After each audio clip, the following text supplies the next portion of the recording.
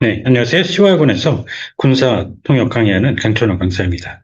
오늘은 미군의 그 군사훈련 하나 가지고 그 지문 보면서 정리를 해보도록 하겠습니다.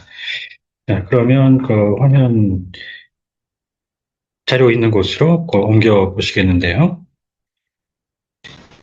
자, 음,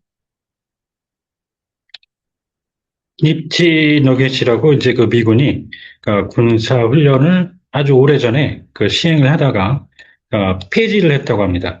그 군사훈련이 여러 가지 이제 실행 차원에서 문제가 발생을 해서 그 중단을 했었는데 이걸 가지고 다시 이제 부활시켜서 훈련을 실시한다고 하는데요. 이제 관련 내용 정리하시면서 저희 그 블로그에 방문하시면 사용했던 그 음원, 지문 등 다시 내려받아 이용하실 수 있습니다. 자, 그러면 그 첫 번째 그 제목부터 정리하면서 들어가 보도록 하겠습니다. 자, 니프티 너겟이란 그 뭘까요? 국방수권법으로 인해서 이 47년 된 그 군사훈련이 그 부하들에게 이르렀습니다. NDAA라고 이제 굉장히 유명한 표현이죠. National Defense Authorization Act 이렇게 해서 authorization이 일반적으로는 승인이라고 하는데 여기서는 수권이라는 말을 씁니다. 국방수권법 이렇게 정리해 주시고요. 자, 이 군사훈련을 얘기할 때 지금 엑서사이즈하고 드릴하고 트레이닝하고 기본적으로는 다 그 훈련으로 일반 명사일 때 쓰이는데 이게 그 군사 연습이라고 하죠. 그 연습이라고 그 국어로 나오면 반드시 이 엑서사이즈를 써주셔야 됩니다. 그러니까 일반 훈련 그 어떤 특정 그 동작이라든가 뭐 그 폭발물 제거라든가 이런 것들 이제 반복 숙달을 그 숙달 성격을 띠는 훈련과는 다르게 이제 이 연습이라고 하면 엑서사이즈라고 해서 실제 그 전쟁 그 대비 계획에 따라서 그 시나리오대로 훈련을 하는 겁니다. 그럴 때 이 엑서사이즈 반드시 연습을 써주시고요. 자, 이렇게 트레이닝 엑서사이즈라는 표현도 볼 수가 있는데 이렇게 되면 이 연습을 이제 그 숙달한다고 해서 훈련 연습이라고 합니다. 트레이닝 엑서사이즈. 1978년도에 미국 국방부는 연습을 실시해서 모든 그 미군 그 전력이 실존적인 그 충돌에 그 직면해서 전 세계적으로 그 동원될 그 필요가 있는 경우에 어떤 상황이 벌어질까 하는 것을 모의 실시했습니다. 자, Department of Defense라고 해서 DoD로 이제 많이 나오죠.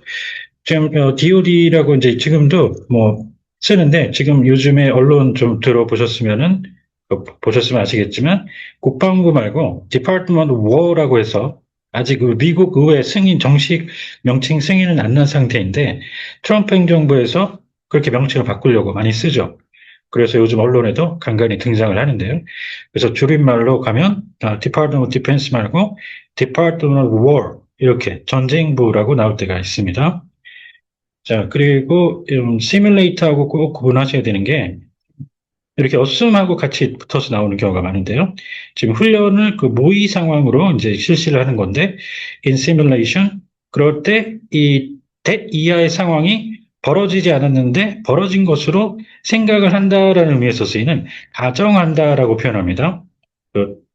이 assume 이렇게 해서 가정하는 모의 훈련 이렇게 꼭 정리를 해주시고 여기서 모의라고 하는 거는 나중에 이거 한번 읽어보시면 좋은데 실제 상황처럼 그 상황을 꾸민다라는 그런 의미를 띠는 겁니다. 모의, 가정. 그리고 이 가정과 함께 꼭 정리를 꼭 해주셔야 되는 게 가끔 추정이라고 하시는 분들이 있어요. 추정이란 말은 그럴 것이다라고 미뤄 짐작하는 어떻게 보면 예측하는 겁니다. 그렇게 해서 presume이라는 추정과 assume, 가정 꼭 같이 정리해 두시고요. 자, 이 모빌라이즈하고 또 그 혼동을 많이 하시는 단어가 이 머누버가 되겠습니다. 기동이라고 하죠. 동사, 명사 다 되는 기동. 자, 그리고 이 글로브가 사령부 명칭에 미국에 있죠. 그럴 때에는 이걸 지구권 타격이라고 합니다. 지구권 타격 사령부. 자, 그리고 요즘에 이란하고 미국하고 컨플릭트를 벌이고 있다라는 얘기가 많이 나오죠. 그때 이제 물리적 충돌을 얘기하는, 그래서 여기서도 군사적인 물리적 충돌 상황을 얘기하는데, 이 컨플릭트는 해석의 스펙트럼이 좀 넓습니다. 해석 범위가. 그래서 지금 밑에 이런 단어들도 다 그 컨플릭트 하나로 해석이 나올 수가 있는 거니까, 상황 잘 가시면서 그 해석을 해주셔야 되는데, 이제 이 세분화에서 디스코드 갈등이라고 해서 지금 밑에 이 사드 있죠? 그 우리나라 그 경북 쪽에 갖다 이제 설치를 하면 과정에서 많이 잡음을 일으켰던 이 사드라고 하는 포대, 그거에 따른 디스코드 갈등, 이럴 때에도 등장을 했던 단어입니다.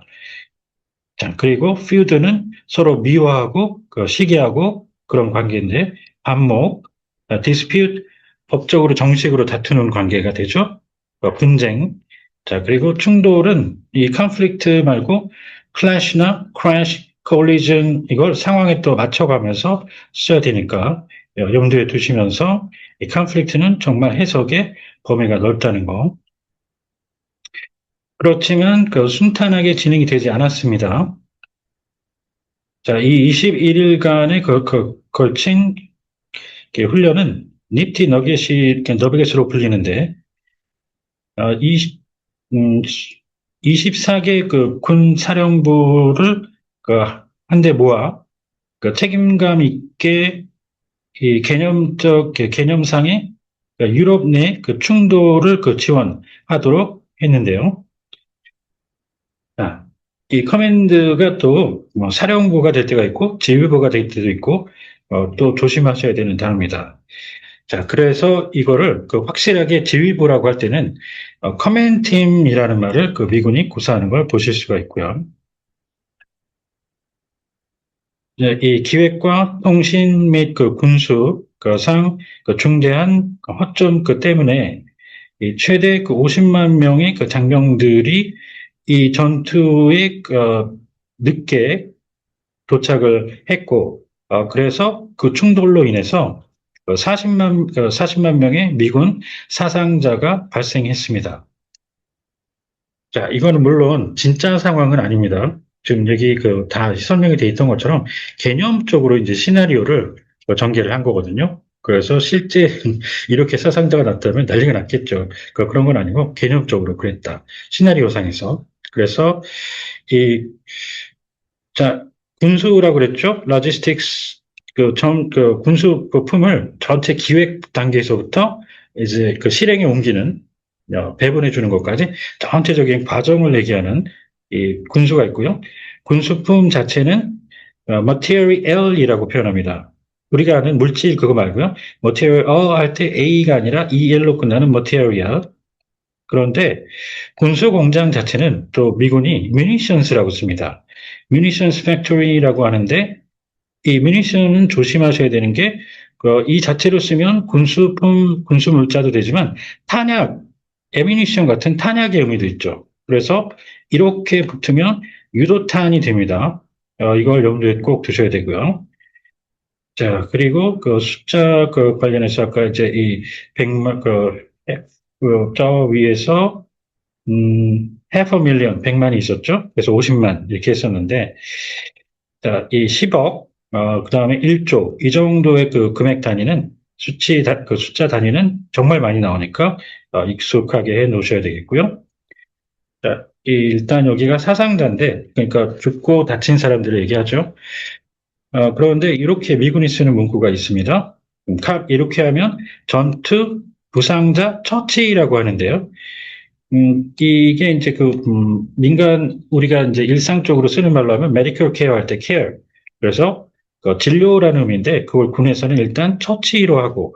그래서, 죽은 사람을 가지고 메디컬 케어를 줄 수는 없죠. 그래서 이것만 보면 이거는 부상자라는 거, 사상자, 죽은 사람 포함하지 않는다는 거 쉽게 식별이 가능합니다. 그래서 전투 부상자 처치, 이걸 합쳐서는 전상자 처치 이렇게 해주시면 됩니다. 자, 그렇게 해서 아까 이제 노셔널 컨플릭트 이렇게 저 위에서 가서 이거를 진짜 죽지 않았다라는 걸 알 수가 있는데 여기는 아예 명시적으로 나와 있죠. 400,000 방금 전에 얘기했던 40만 명 노셔널, 개념상의 사상자, 진짜로 죽고 닿지는 않았다는 얘기가 되겠습니다. 자, 이 훈련이 분명히 유용한 영감으로 귀결됐지만, 그런데 그 중에는 이 미군 수송사령부 신설 쪽발의 도움이 되기도 했고, 1987년에 그랬지만, 이 대량 그 동원, 훈련이라고 하는 개념은, 어, 즉각 보류가 되었습니다. 지금까지는 말이죠. 자, 이제 부활됐다라는 얘기를 이제 저렇게 키워드를 준 건데요. 암시를 준 겁니다.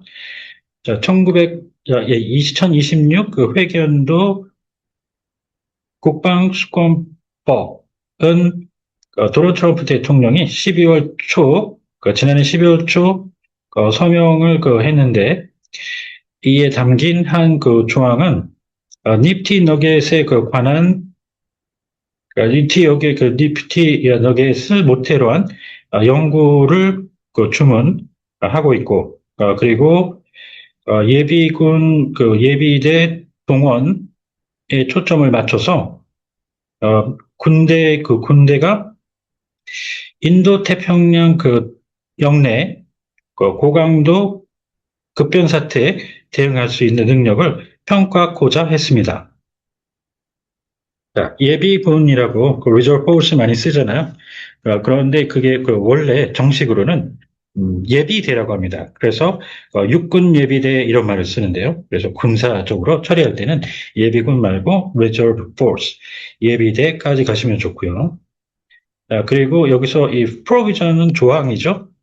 이 조항이라는 거는 법령 같은 데 담겨 있는 부편장절 조항호모까지 이렇게 가는 그런 것들을 전체적으로 일컫는 그런 표현으로 쓰이는, 그렇지만 정확히 그게 어떤 특정한 조인지 뭐 호인지 항인지 이런 것들은 나타내지 않을 때 쓰는 말로, 이 프로비전과 똑같은 표현으로 쓰는 게 이 클로즈라는 말이 있습니다. 그래서 프로비전과 클로즈, 조항 이렇게 해주시고, 국어는 이제 이 부부터 호, 모까지 순서가 불변인데, 영문은 주로 쓰는 단어들을 이렇게 달아들긴 했는데, 조는 일반적으로 많이 들어보셨죠? 1조 그러면 article 1 이렇게 쓰곤 하는데, 심지어는 이 조도 미국 사람들은 이 조가 아닌 그런 절이나 항의 의미로 쓰기도 하는 그런 경우가 있습니다. 그리고 절과 항이 특히 이 섹션과 패러그래프가 번갈아 가면서 이 쓰이는 좀 가변적인 성격이 짙습니다. 그거 염두에 두시는 게 좋습니다. 자, 그렇고요. 지금 저 위에서 이게 연구라는 얘기죠.